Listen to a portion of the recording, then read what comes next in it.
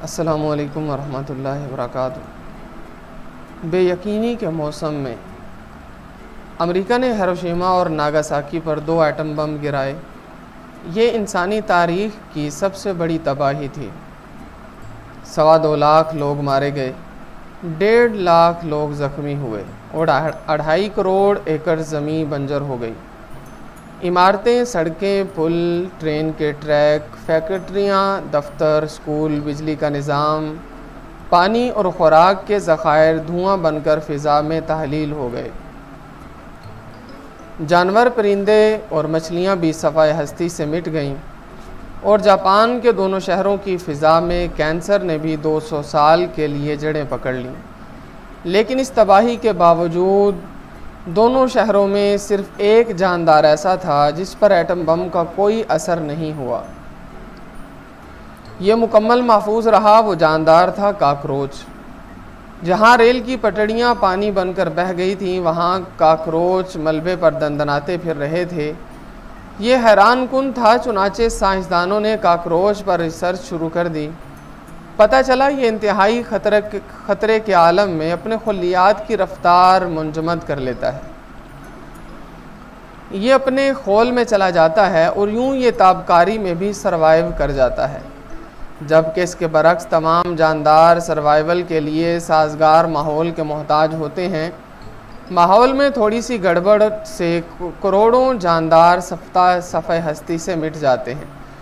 ये एक दिलचस्प इंकशाफ था। साइंसदानों ने मज़ीद रिसर्च की तो पता चला आसमानी आफात और बीमारियों के बाद खौफ, गैर यकीनी और जबर ज़िंदगी के लिए ख़तरनाक होते हैं।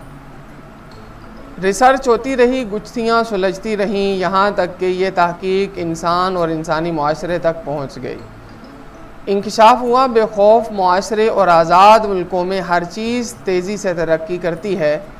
वहाँ लिटरेचर भी पनपता है, शायरी भी, मौसीकी भी, मुसव्वरी भी, खेल भी, आर्किटेक्चर भी, सियासत भी, तिजारत भी, सनत भी, तालीम भी, सेहत भी, साइंस भी, स्टॉक एक्सचेंज भी, फ़ौज भी, ब्यूरोक्रेसी भी और इंसाफ भी।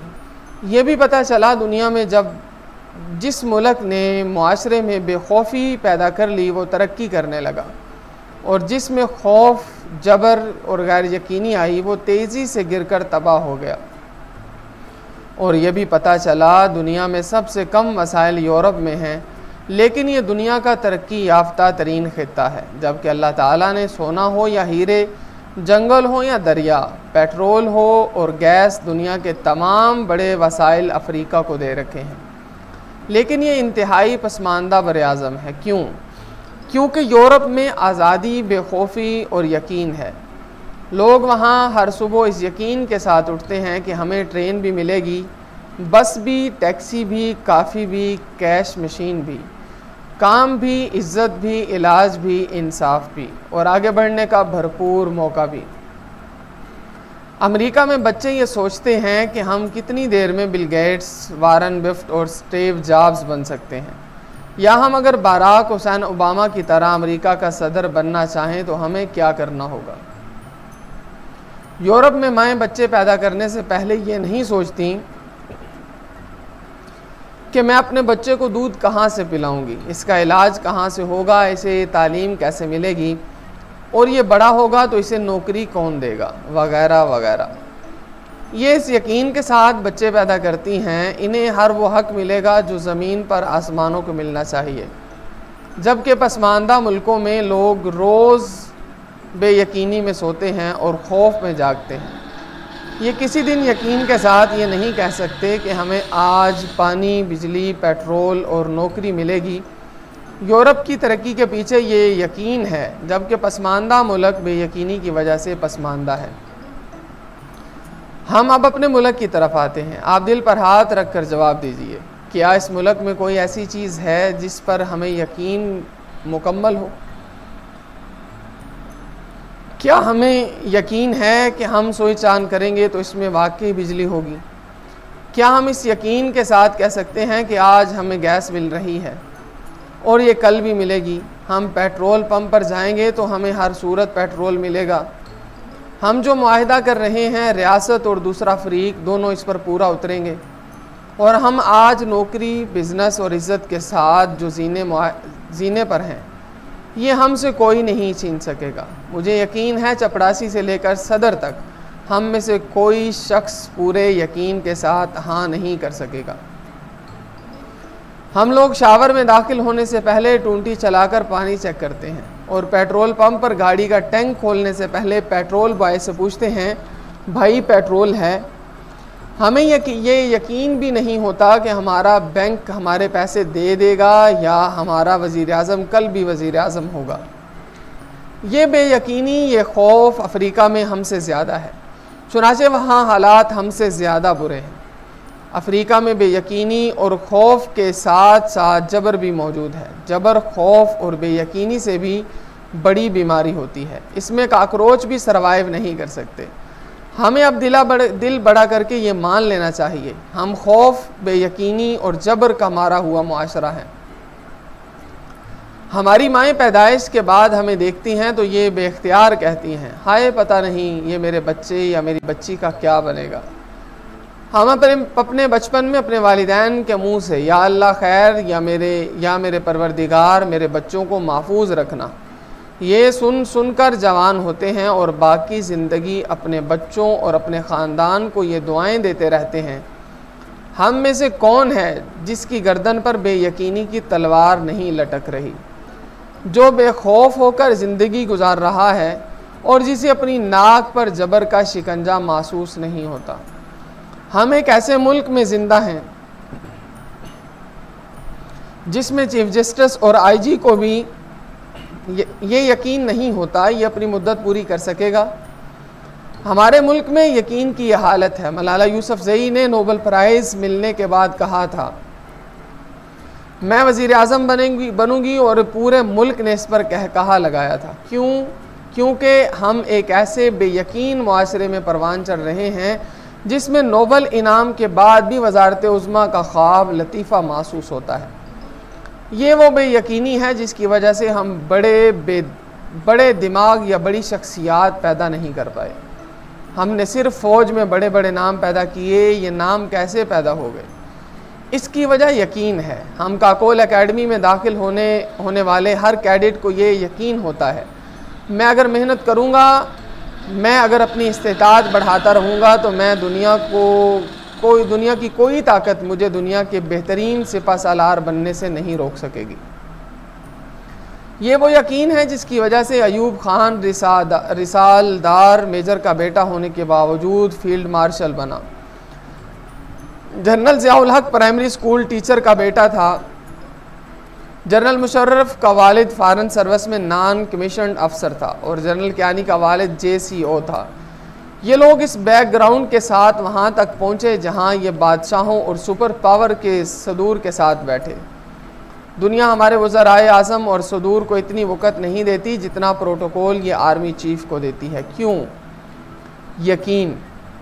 ये फ़ौज का वो यकीन है जिसके नतीजे में लॉर्ड्स में भी क्रिकेट मैच के दौरान पाक फ़ौज जिंदाबाद के नारे लग जाते हैं। आप दिल पर हाथ रखकर जवाब दीजिए, क्या हमारी ब्यूरोक्रेसी, क्या अदलिया, क्या सियासतदान और क्या बिज़नेस कम्यूनिटी में ये यकीन होता है? क्या सिविल सर्विस को ज्वाइन करने वाला नौजवान यकीन के साथ ये कह सकता है कि मैं सेक्रेटरी तक जाऊंगा, या हमारा सियासतदान ये सोच सकता है मैं वज़ीर आज़म बनूंगा, या बिजनेसमैन ये दावा कर सकता है कि मैं पाकिस्तान में मल्टीनेशनल कंपनी बनाऊंगा? नहीं, हरगिज़ नहीं। हमें तस्लीम करना होगा हम में से हर शख्स बेयकीनी के साथ परवान चढ़ता है। ये समझता है मैं अगर ज़िंदा रहना चाहता हूँ तो मुझे काकरोच बनना होगा। ख़तरा आए और मैं अपने तमाम खुलियात को मुंजमद कर लूँ, यहाँ आहिस्ता हो जाऊँ। हमारे जूनियर अफसरों को सीनियर अफसर मुतहर्रिक, एफिशिएंट नहीं बनाते, स्मार्ट बनाते हैं। ये इनको मुनाफ़क़त, चापलूसी, ना को हाँ और हाँ को ना में तब्दील करने और पुरानी तस्वीर की जगह नई तस्वीर लगाने का तरीका सिखाते हैं। हम टैक्स क्यों नहीं देते और हम मिन हैसुल कौम करप्ट क्यों हैं? हमने कभी वजह तलाश की? वजह साफ ज़ाहिर है, हम खौफ और बेयकीनी में ज़िंदा हैं और बेयकीनी और खौफ के शिकार लोग कम खर्च करते हैं और जमा ज़्यादा। ये च्यूंटी की तरह अपने वजूद से बड़ा दाना उठाकर बिल की तरफ दौड़ते हैं। हम में से जिस शख्स को अपनी तरक्की और सिस्टम पर यकीन होता है वो कभी गलत नहीं करता, वो कभी अपने बैलेंस शीट ख़राब नहीं करता। लेकिन जिसकी तरक्की का अमल रुक जाता है, जिसको सिस्टम और अपनी मेहनत पर एतबार नहीं रहता, या जो ये समझता है ये पोजीशन, ये कुर्सी आर्जी है, और या जो ये समझ लेता है ये बिज़नेस मज़ीद नहीं चल सकता, वो करप्ट हो जाता है, वो टैक्स भी नहीं देता, वो लोगों के पैसे भी मार लेता है, और वो अपनी पोजीशन का भी जी भर कर फ़ायदा उठाता है। और हमारे मुल्क में ये हो रहा है। हमने पूरे मुल्क को बेयकीन बना दिया है, हमने सब को काकरोच बना दिया है, और ये काकरोच अपनी अपनी सर्वाइवल में जुट गए। इनकी ज़िंदगी का सिर्फ़ एक मकसद है, मैं ख़ुद को ज़िंदा रख लूँगा, और बस चुनाचे नतीजा ये निकल रहा है। हम 22 करोड़ लोग हैं, लेकिन हम में से एक भी बैनुल अक़वामी सतह का शायर, अदीब, साइंसदान, प्रोफेसर, बिजनेसमैन, लीडर, इकोनॉमिस्ट, सहाफ़ी नहीं। हम बजट भी IMF की मदद के बगैर नहीं बना सकते। हमें स्टेट बैंक का गवर्नर भी IMF देता है। हमारी ब्यूरोक्रेसी को पढ़ाने और चलाने की जिम्मेदारी भी आलमी बैंक उठाता है, और हमारी मईशत भी सऊदी अरब, UAE, कतर और चीन की जिम्मेदारी होती है। बस एक कसर बाकी है। हमने इस बेयकीन खौफजदा ज़मीन पर जबर का मौसम भी मुसल्लत कर दिया। हम हर चीज़ पर पाबंदी लगाना शुरू कर दें। हम मुंह में उंगलियों पर भी ताले लगा रहे हैं और सोच को भी बंद कर रहे हैं। हमने सोचा इसका नतीजा क्या निकलेगा, हम ये सब मज़ीद काकरोच बन जाएंगे। हम सब छुप जाओ और ज़िंदा रहो की पॉलिसी पर चले जाएंगे, और ये हम बनते चले जा रहे हैं बेयकीनी के मौसम में। फ़ैसला आपने करना है, क्या ऐसा ही है? अगर ऐसा ही है तो फिर आइए आज से अपनी सोच को बदलते हैं, अपने म्यार को बदलते हैं, अपने मकाम को बदलते हैं। अगर अभी तक आपने हमारे चैनल को सब्सक्राइब नहीं किया, सब्सक्राइब कर दीजिए और बेल आइकॉन के बटन को प्रेस कर दीजिए, और हमारे साथ रहिए। वस्सलामु अलैकुम वरहमतुल्लाहि वबरकातुहू। पाकिस्तान जिंदाबाद, इस्लाम पाइंदाबाद।